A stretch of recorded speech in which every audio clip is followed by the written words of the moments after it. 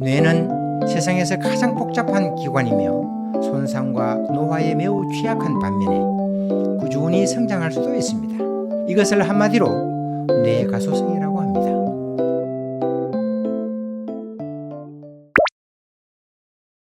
정신을 건강하게 하고 삶의 지혜를 쌓아가고 왕성한 뇌를 지니고자 하는데 독서만한 것이 어디 있을까요?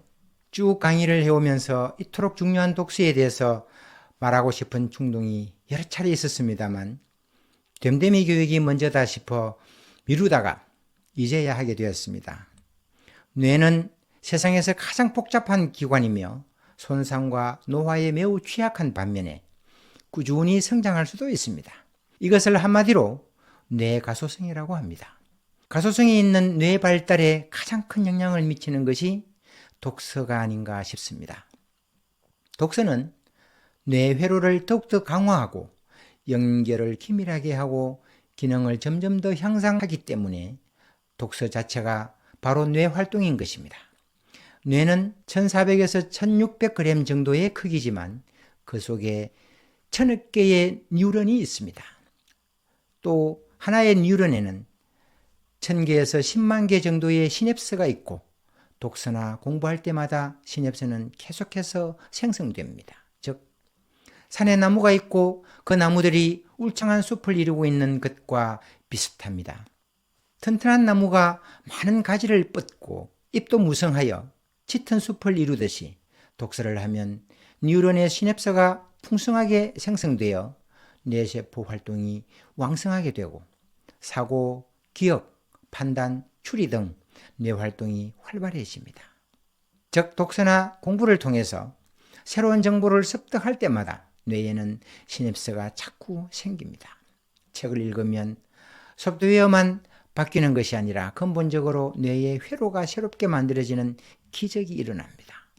일본의 뇌 영상 군의자인 가와사마 류타 교수는 책을 많이 읽으면 뇌의 사령탑인 전두전야가 계속해서 발달하는 사실을 밝혀냈습니다.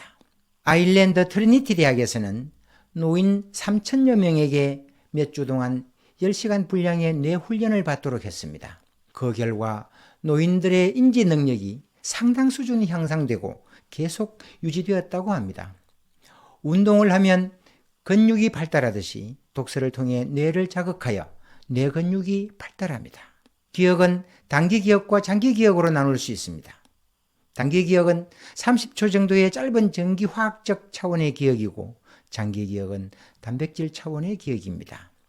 뇌에서 기억과 가장 크게 관련이 있는 부분은 해마입니다.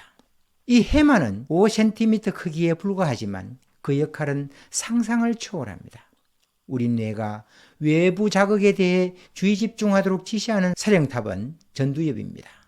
전두엽은 뇌의 다른 부분들에게 무엇이 중요하고 뭘 기억해야 하는지 알려줍니다.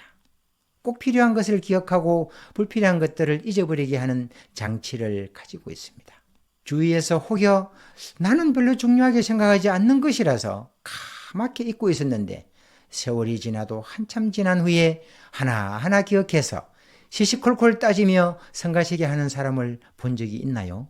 이런 사람은 전두엽이 책 읽는 것보다 주위 사람들과의 관계나 감정관리 등에 훨씬 더 중요하게 취급하는 사람이기 때문에 조심하지 않으면 큰 코 다칠 수 있습니다.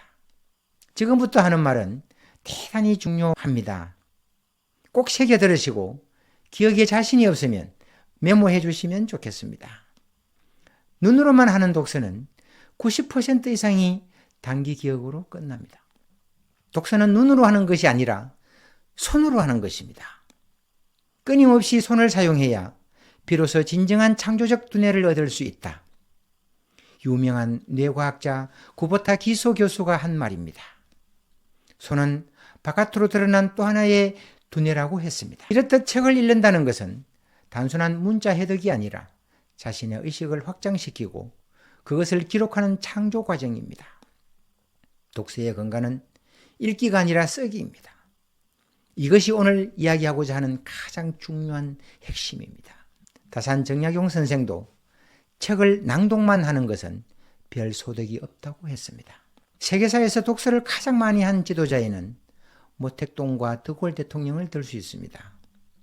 모택동 역시 붓을 움직이지 않은 독서는 독서가 아니다라고 했습니다. 인류 역사상 가장 경이로웠던 천재화가 레오나르도 다빈치는 당시 서자 출신이라서 아버지 성을 얻지도 못하고 교육도 제대로 받지 못했습니다만 그는 양손으로 써가면서 독서를 했습니다. 그가 쓴 독서 노트의 분량은 무려 4만 쪽에 달합니다. 다독과 서기를 병행해서 그토록 많은 분량의 독서 기록을 남긴 셈입니다.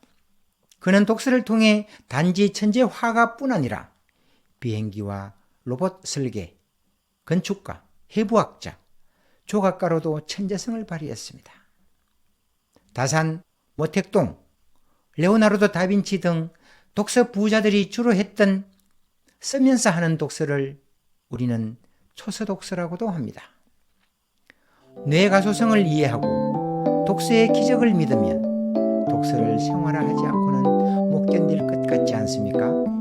거기에다 중요한 내용을 쓰면서 하는 초서 독서는 여러분의 삶의 질을 한 단계 높여줄 것이라고 확신합니다. 다음 주에 뵙겠습니다.